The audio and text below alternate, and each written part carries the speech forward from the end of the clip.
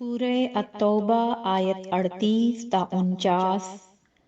مومنو، تمہیں کیا ہوا ہے کہ جب تم سے کہا جاتا ہے کہ اللہ کی راہ میں جہاد کے لیے نکلو تو تم زمین سے چپکے جاتے ہو، یعنی گھروں سے نکلنا نہیں چاہتے؟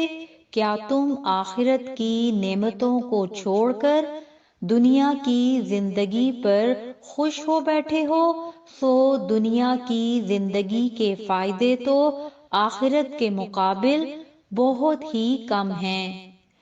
اگر تم نہ نکلو گے تو اللہ تم کو بڑی تکلیف کا عذاب دے گا اور تمہاری جگہ اور لوگ پیدا کر دے گا اور تم اس کو کچھ نقصان نہ پہنچا سکو گے، اور اللہ ہر چیز پر قدرت رکھتا ہے۔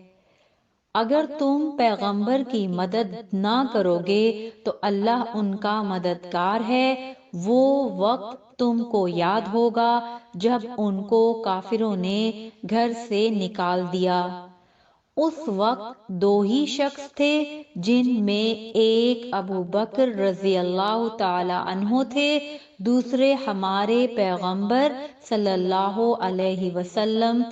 جب وہ دونوں غار ثور میں تھے، اس وقت پیغمبر اپنے رفیق کو تسلی دیتے تھے کہ غم نہ کرو، اللہ ہمارے ساتھ ہے۔ تو اللہ نے ان پر تسکین نازل فرمائی اور ان کو ایسے لشکروں سے مدد دی جو تم کو نظر نہیں آتے تھے، اور کافروں کی بات کو پست کر دیا، اور بات تو اللہ ہی کی بلند ہے اور اللہ زبردست ہے، حکمت والا ہے۔ تم ہتھیار تھوڑے رکھتے ہو یا بہت؟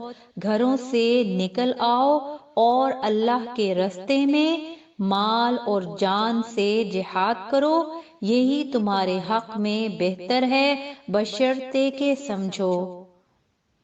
اگر مال غنیمت آسانی سے حاصل ہونے والا اور سفر بھی ہلکا ہوتا تو یہ تمہارے ساتھ شوق سے چل دیتے، لیکن مسافت ان کو دور دراز نظر آئی تو عذر کریں گے اور اللہ کی قسمیں کھائیں گے کہ اگر ہم طاقت رکھتے تو آپ کے ساتھ ضرور نکل پڑتے۔ یہ اس طرح اپنے آپ کو ہلاک کر رہے ہیں اور اللہ جانتا ہے کہ یہ جھوٹے ہیں۔ اللہ تمہیں معاف کرے، تم نے پیشتر اس کے کہ تم پر وہ لوگ بھی ظاہر ہو جاتے جو سچے ہیں، اور وہ بھی تمہیں معلوم ہو جاتے جو جھوٹے ہیں۔ ان کو اجازت کیوں دی؟ جو لوگ اللہ پر اور روز آخر پر ایمان رکھتے ہیں وہ تو تم سے اجازت نہیں مانگتے کہ پیچھے رہ جائیں، بلکہ چاہتے ہیں کہ اپنے مال اور جان سے جہاد کریں، اور اللہ پرہیزگاروں سے واقف ہے۔ اجازت وہی لوگ مانگتے ہیں جو اللہ پر اور روز آخر پر ایمان نہیں رکھتے اور ان کے دل شک میں پڑے ہوئے ہیں۔ سو وہ اپنے شک میں ڈاواں ڈول ہو رہے ہیں، اور اگر وہ نکلنے کا ارادہ کرتے تو اس کے لیے سامان تیار کرتے، لیکن اللہ نے ان کا اٹھنا اور نکلنا پسند ہی نہ کیا تو ان کو ہلنے جلنے ہی نہ دیا، اور ان سے کہہ دیا گیا کہ جہاں معذور بیٹھے ہیں تم بھی ان کے ساتھ بیٹھے رہو۔ اگر وہ تم میں شامل ہو کر نکل بھی کھڑے ہوتے تو تمہارے درمیان شرارت کرتے اور تم میں فساد ڈلوانے کی غرض سے دوڑے دوڑے پھرتے، اور تم میں ان کے جاسوس بھی ہیں، اور اللہ ظالموں کو خوب جانتا ہے۔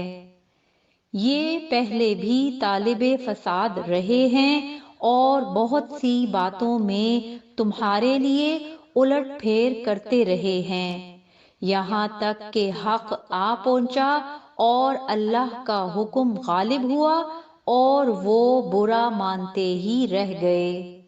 اور ان میں کوئی ایسا بھی ہے جو کہتا ہے کہ مجھے تو اجازت ہی دیجیے اور آفت میں نہ ڈالیے، دیکھو یہ آفت میں پڑ گئے ہیں اور دوزخ سب کافروں کو گھیرے ہوئے ہے۔